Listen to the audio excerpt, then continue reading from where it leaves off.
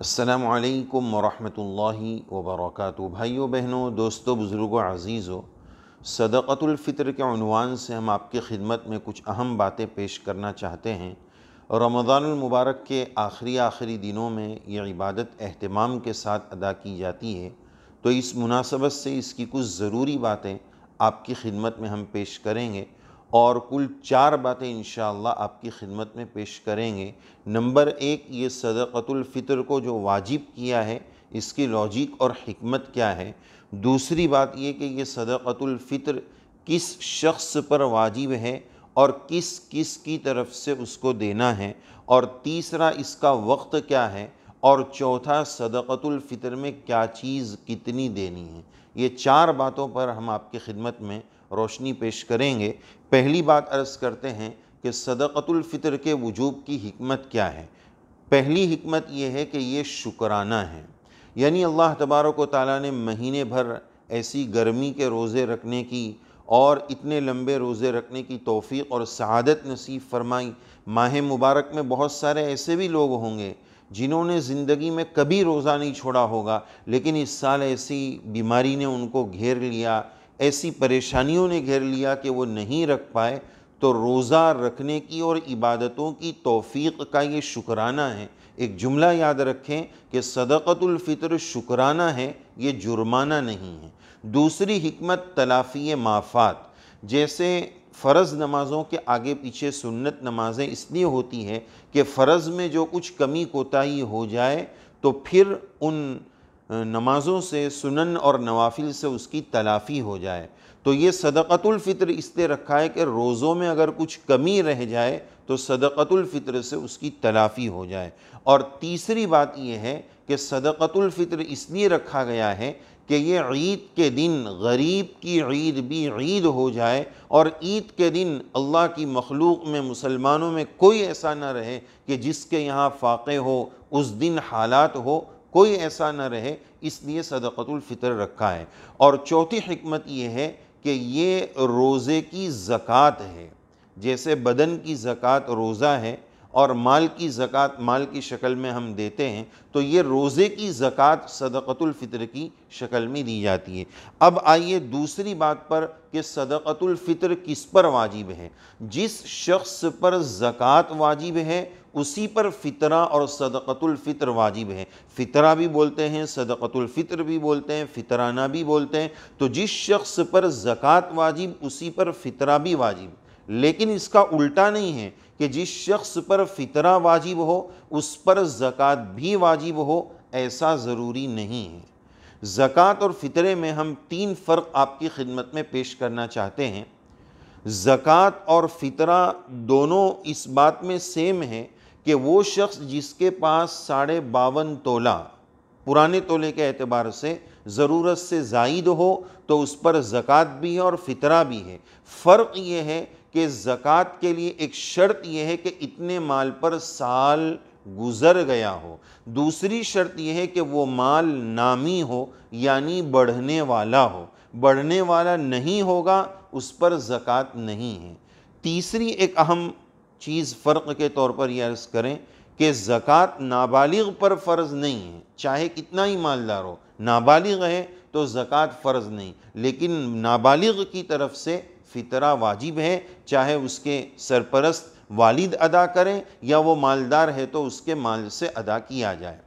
تو بہرحال صدقۃ الفطر ہر صاحب نصاب شخص پر واجب ہے، لازم ہے، وہ اپنی طرف سے ادا کریں، اپنے نابالغ بچوں کی طرف سے ادا کریں، اور اگر وہ نابالغ بچوں کا خود کا اتنا مال ہے تو اس میں سے بھی ادا کریں، اور بالغ بچے اگر صاحب نصاب نہیں ہیں تو ان کی طرف سے بھی ادا کریں، شکرانے کے طور پر کہ میری فیملی کو اللہ تعالیٰ نے کھلانے کی مجھے سعادت اور توفیق عطا فرمائی اور ان کا ذمہ دار بنایا، تو اس شکرانے میں وہ ان سب کی طرف سے فطرانہ ادا کریں۔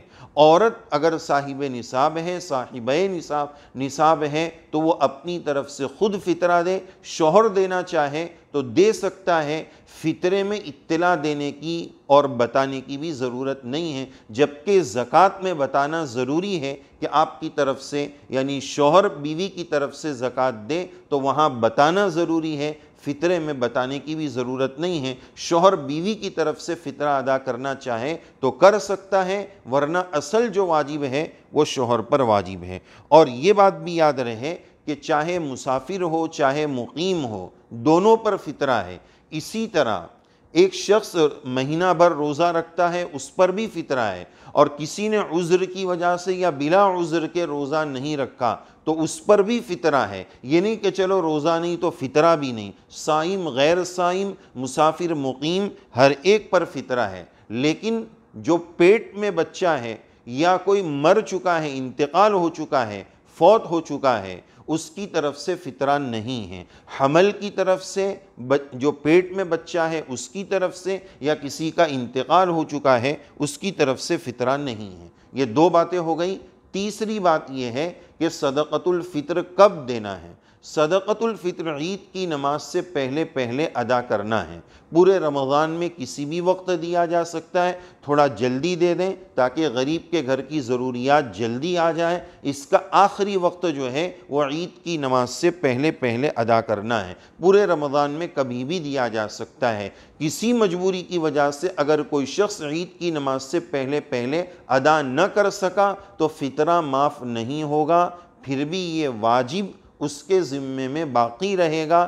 جب بھی زندگی میں ادا کرے گا ادا مانا جائے گا، وہ قضا نہیں ہوگا، لیکن اصل وقت عید کی نماز سے پہلے پہلے۔ اب آئیے چوتھی چیز یہ ہے کہ فطرانے میں صدقۃ الفطر میں کیا چیز دینی ہے۔